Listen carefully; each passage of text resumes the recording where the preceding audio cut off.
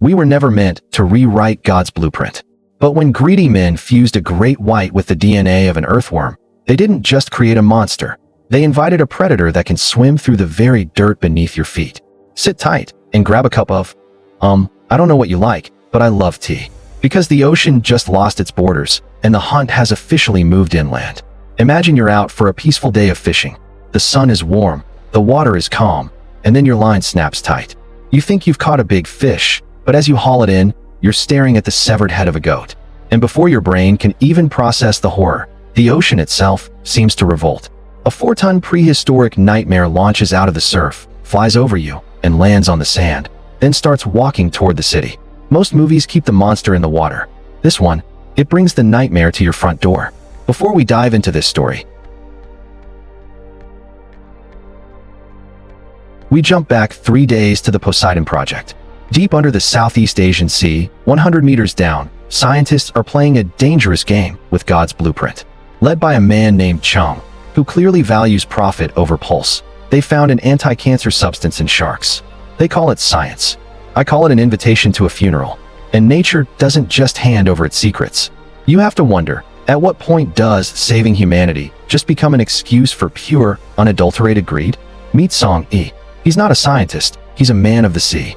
He's currently hung over in a corner, which honestly is the most human reaction to being trapped in a metal tube under the ocean. While the suits talk about miracles, Song E shows us the reality. A 4-meter, 3.2-ton killing machine with teeth like serrated steak knives. But look at the eyes. After they inject the new gene fusion, the shark's eye turns blood red. The scientists are cheering, feeling relieved. Wait, what? How do you look at a red-eyed predator and feel relieved? That is the first sign that these geniuses are actually blinded by their own ambition. Inside the lab, things get quiet. Too quiet. The shark's heart rate flats out. It looks dead. But notice the monitors flashing danger. The shark isn't dying, it's acting. It lured them to the glass.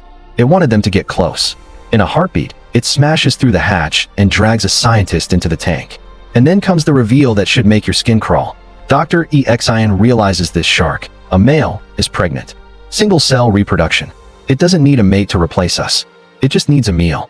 And right now, the lab is the buffet. The lab is flooding, and the panic is real. Song E tells everyone to stay quiet because sharks hunt by sound. But here is where human nature fails.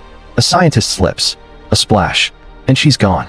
Song E managed to hit it with anesthesia, but here's the terrifying part. This thing's metabolism is so fast, the drugs wear off in seconds. It's not just a shark anymore. It's an apex predator with a fast-forward button on its biology. When they finally break for the surface, they find something that defies every law of nature.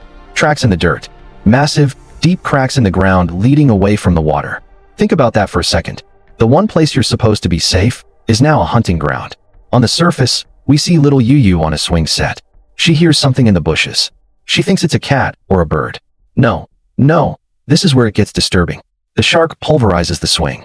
Song E grabs her just in time, and we see the horror. The shark isn't just flopping on the grass. It dives into the earth. It's tunneling through the soil like a torpedo through water. Why? Because they fused its DNA with an earthworm. It can breathe air, it can swim through dirt, and it's following the scent of blood. Every law of biology has been broken for a pharmaceutical stock price. As they flee, Dr. Bojin fell and started calling out for help. Yu ran back to help him, but then the true monster finally steps out of the shadows. Dr. Bojin, terrified and desperate, literally throws the child, Yu, to the shark just so he can run, but the shark ignores her and eats him instead. And honestly, seeing Bojin get chomped after throwing a child to the wolves, that's not just a plot point. That's the universe correcting a mistake. I think we all cheered a little there. But the nightmare doesn't end there. Chung, the man behind the curtain, arrives. He doesn't care about the lives lost. He kills a scientist in cold blood and tells Song E, "Bring me that shark alive, or I'll kill the rest of you." It makes you realize the shark is just a predator by nature. Chung is a predator by choice. The scene shifts to the city. The ocean is already dead, red water, rotting fish. The shark's appetite is infinite. We're back to the beginning. The father and son fishing. The shark enters the city, and it's pure, beautiful chaos. People are snatched off bikes. The screams are deafening. Song E and EXIN try to bait it into a cave.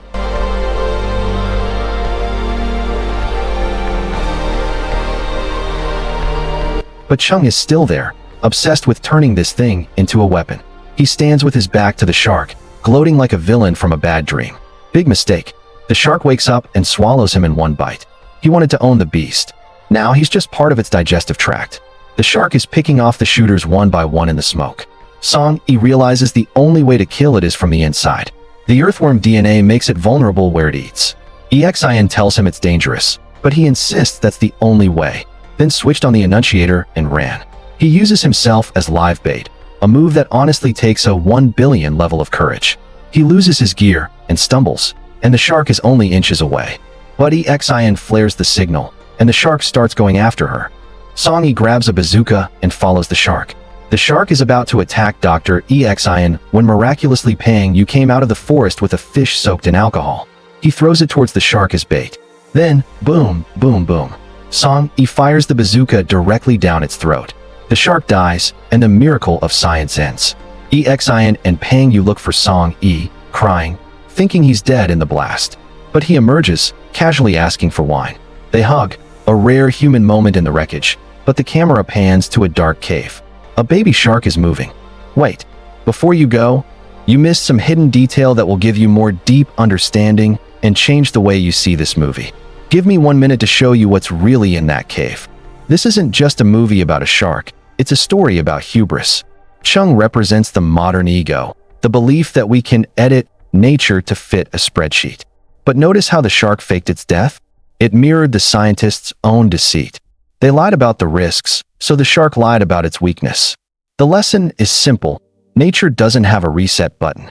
Once you modify a genetic code for profit, you aren't just making medicine, you're unmaking the world. When someone tells you a risk is for the greater good, always look at who is actually standing in the line of fire.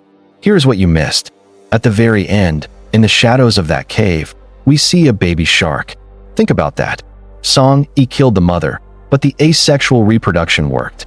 The species has already survived. The island isn't a paradise, it's an incubator. Song-E and EXIN hug on the shore, but the silence is heavy. They've seen the face of a future that has too many teeth. It makes you want to hold your world a little tighter, doesn't it? If you think we should leave the ocean's DNA alone, hit that like button. Don't let the geniuses win. Subscribe and join the D-Billions family. We don't just watch movies. We break them down until the truth comes out. Thank you for watching. Stay smart, stay safe, and never, ever turn your back on the bushes.